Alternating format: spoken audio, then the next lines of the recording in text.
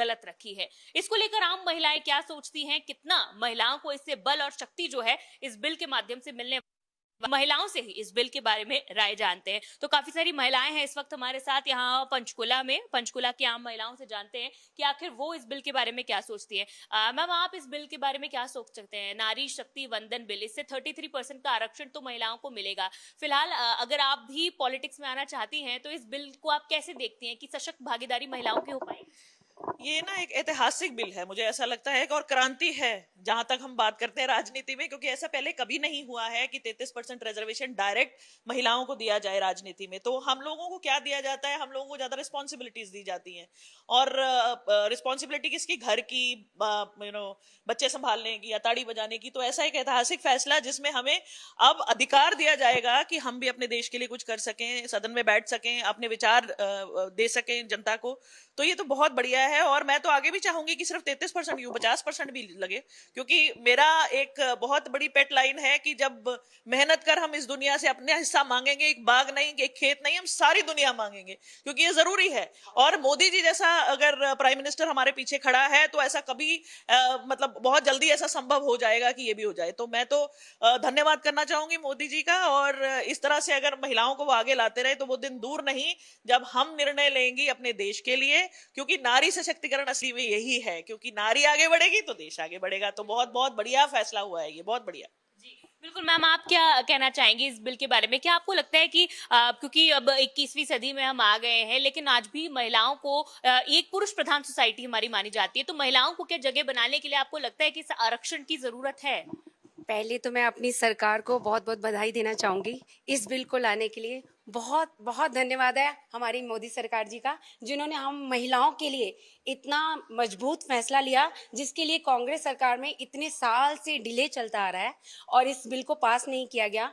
इससे एक चीज़ तो होगी, जो भी हम घरेलू महिलाएं हैं उनको एटलीस्ट ये तो लगेगा कि हम काम करने के लिए तो निकलेंगे। घर से हमें प्रताड़ित भी किया जाता है इस काम के लिए, लेकिन इसका ये फायदा हमें ये मिलेगा कि समाज में हमारा नाम होगा। हम लोग संसद में अपनी बात को रख पाएंगे, समाज में अपनी बात को रखने का हमें जो अधिकार मिल रहा है, मैं इसके लिए मोदी सरकार का बहुत धन्यवाद करती हूँ। और प्रभु से इच्छा है कि जो विश्वास उन्होंने हम पे दिखाया है, हम भी उनको वो सारे कार्य करके बताएं। धन्यवाद जी। तो और भी महिलाएं हैं यहाँ पर, उनसे भी बातचीत करते हैं। मैम, असल में नारी शक्ति वंदन बिल क्या है, आप क्या जानती हैं इस बिल के बारे में? इस बिल के बारे में मैं ये जानती हूँ कि नारी को जो अपनी महिलाओं में 33% रिजर्वेशन आरक्षित किया गया है, उससे 33% रिजर्वेशन आरक्षित करने से ये है कि महिलाओं को अपना हक, मतलब अब जहाँ जितनी वो मेहनत करती है उनका भी एक आइडेंटिटी बनाने का हक है। उनको भी देश के डिसीजन में, देश के अच्छे डिसीजन में, अच्छे विचारों में उनका भागीदार होना जरूरी है। कहते हैं भारत में नारी की पूजा होती है, और जहाँ नारी की पूजा होती है वो बाद में विश्व में नाम करता है। तो मेरा भारत बहुत महान है, जहाँ पहले से माँ लक्ष्मी की पूजा की जा रही है, माँ सरस्वती की पूजा की जाती है, माँ काली की पूजा की जाती है। वही देश के यशस्वी प्रधानमंत्री जी ने आकर ये जो निर्णय लिया है, ये बहुत ही ऐतिहासिक और डायनेमिक डिसीजन है, और इस डिसीजन का हम सब नारी मिलकर इसका स्वागत करते हैं, और मोदी जी को कोटि कोटि प्रणाम करके धन्यवाद देते हैं कि आपने नारी के लिए जो जो डिसीजन लिए, 6 मंथ 182 मैटरनिटी लीव का जो डिसीजन लिया, आज नारी वर्किंग वुमेन्स होते हुए कितना अच्छे से 6 मंथ अपने बेबीज की परवरिश कर सकती है। आज नारी को 33% रिजर्वेशन देके जो एक देश की, मतलब विश्व में एक अपना नाम जो रोशन किया है, वो एक मोदी सरकार ही कर सकती है। और कहते हैं कि जहाँ नारी बैठती है वहाँ एक डेकोरम मेंटेन होता है। डेकोरम मीन्स एक सभ्यता मेंटेन होती है। भारत के कल्चर में ये कहा जाता है कि जहाँ नारी नहीं वहाँ घर में कहते हैं कि एक बेटी का आना जरूरी होता है। एक बेटी क्यों जरूरी है?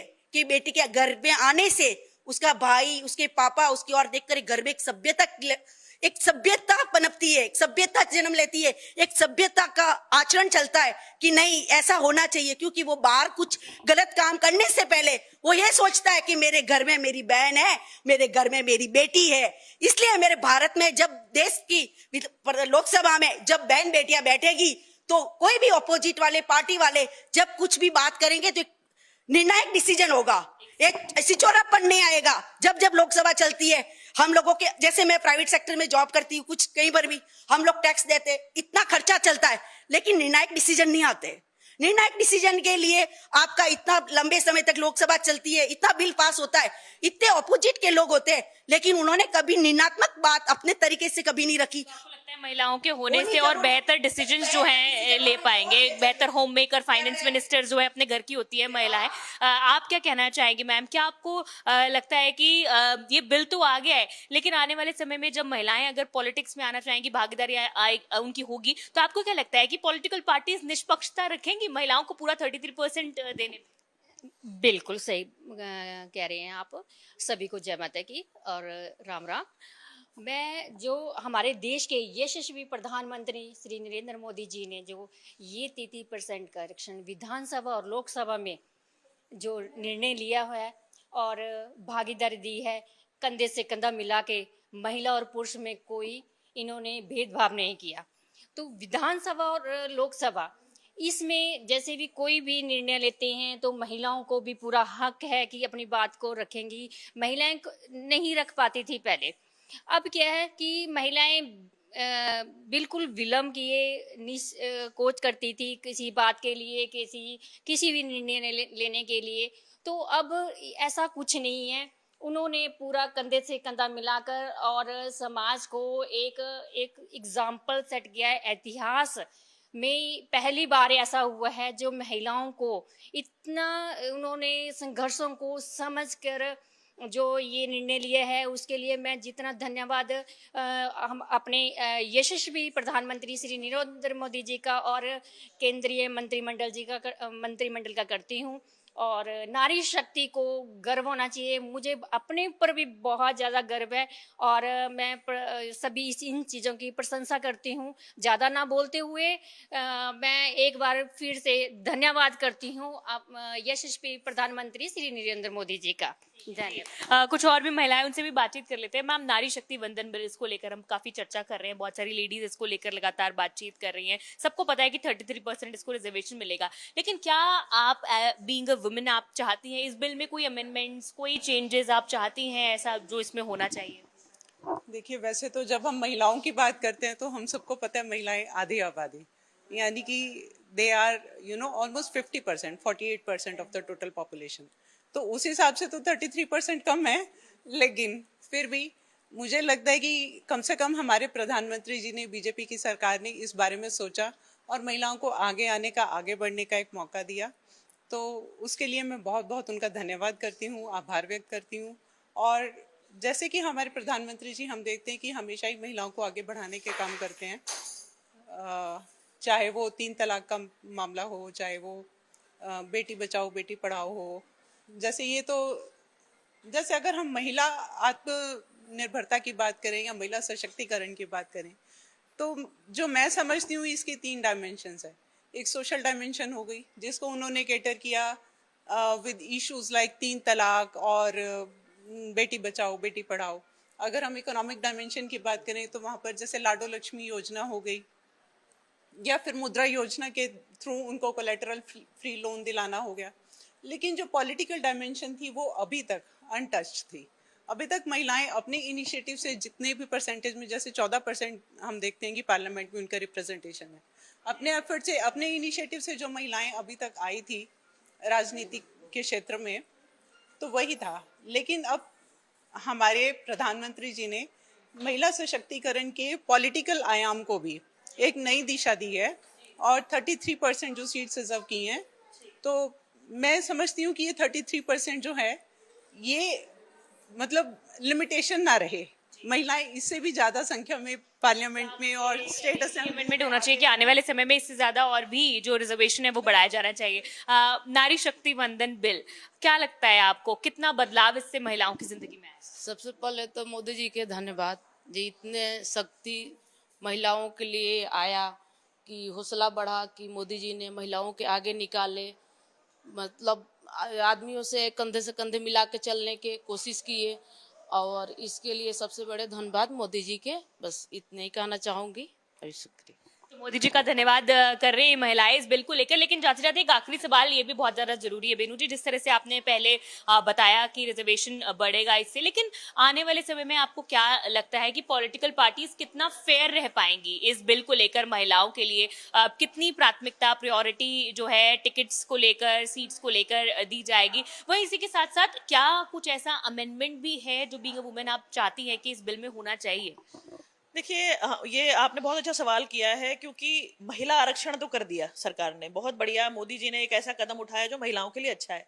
लेकिन नीचे क्या होता है, जैसे जब इलेक्शंस आते हैं, मैंने बहुत बार देखा है, ये irrelevant to the party, I am not talking about any party, लेकिन होता ये है कि महिला वार्ड है, महिला सीट है, लेकिन खुद महिला कॉम्पिटेंट नहीं होती और सीट उसको मिल जाती है जो आदमी उसको करवाना चाहता है। तो ऐसा नहीं है, मैं आग्रह करूंगी एक तो पार्टीज से भी और दूसरा महिलाओं से भी, कि अगर आप सक्षम हैं तो आगे आइए और अपनी सीट और अपना अधिकार अपने आप लीजिए, वो ज्यादा अच्छा होगा। किसी का अगर पति या किसी का पिताजी या किसी का भाई पॉलिटिक्स में है, तो इसका ये मतलब नहीं है कि वो महिला आगे आए।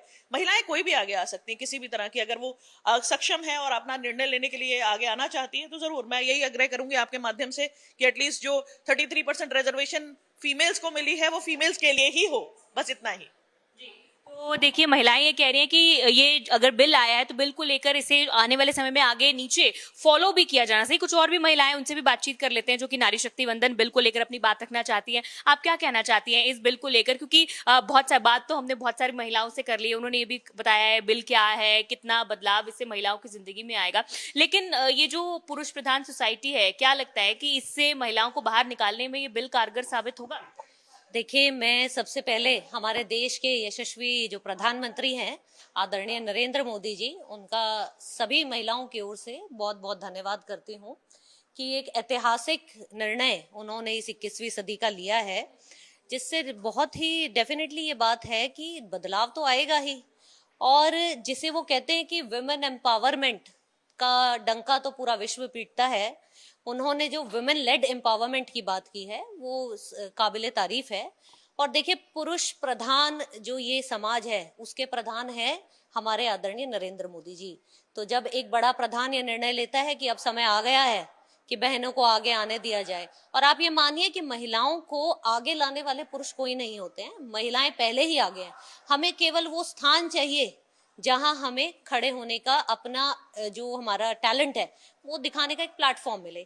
तो बखूबी हमारे नरेंद्र मोदी जी ने हमें दिया है। अंबेडकर जी ने हमें वोटिंग का राइट दिया था इतने सालों बाद पहले, और अब जाके एक ऐसा महापुरुष आया है जिसने हमें आगे बढ़ने का एक साफ सुथरा रास्ता बनाकर दिया है। और भारतीय जनता पार्टी एक ऐसी पार्टी है जो इसको सबसे पहले हमारे देश में लाई है, और हम ही एक इतिहास रचेंगे। इसमें एक साफ सुथरी राजनीति बहनों को आगे लाकर हमारे प्रधानमंत्री लेकर आएंगे। मैम, आप क्या कहना चाहेंगी इस बिल को लेकर? हम कंक्लूड करेंगे, आपका क्या कमेंट्स हैं इस बिल को? सबसे पहले तो मैं भारत के प्रधानमंत्री नरेंद्र मोदी जी का तहे दिल से धन्यवाद करती हूँ, क्योंकि वो हर पल हर टाइम आगे नारी को आगे बढ़ाने के लिए कोशिश करते रहते हैं, नारी को सुखद जीवन देने के लिए काफ़ी कुछ कर रहे हैं। जैसे अब वो लेके आए हैं नारी शक्त नारी अधिनियम, तो उसके तहत वो पूरी नारी जाति को मतलब लोकसभा, विधानसभा में, राज्यसभा में 33% आरक्षण दे रहे हैं। उससे हम नारी अपना सशक्त विचार रख सकेंगे, अपने देश के नियम बनने में अपनी प्रेजेंस दिखा सकेंगे। इसमें नारी जाति को उत्थान, उनका उद्धार होगा। वैसे नारी पहले से ही बहुत आगे है, अब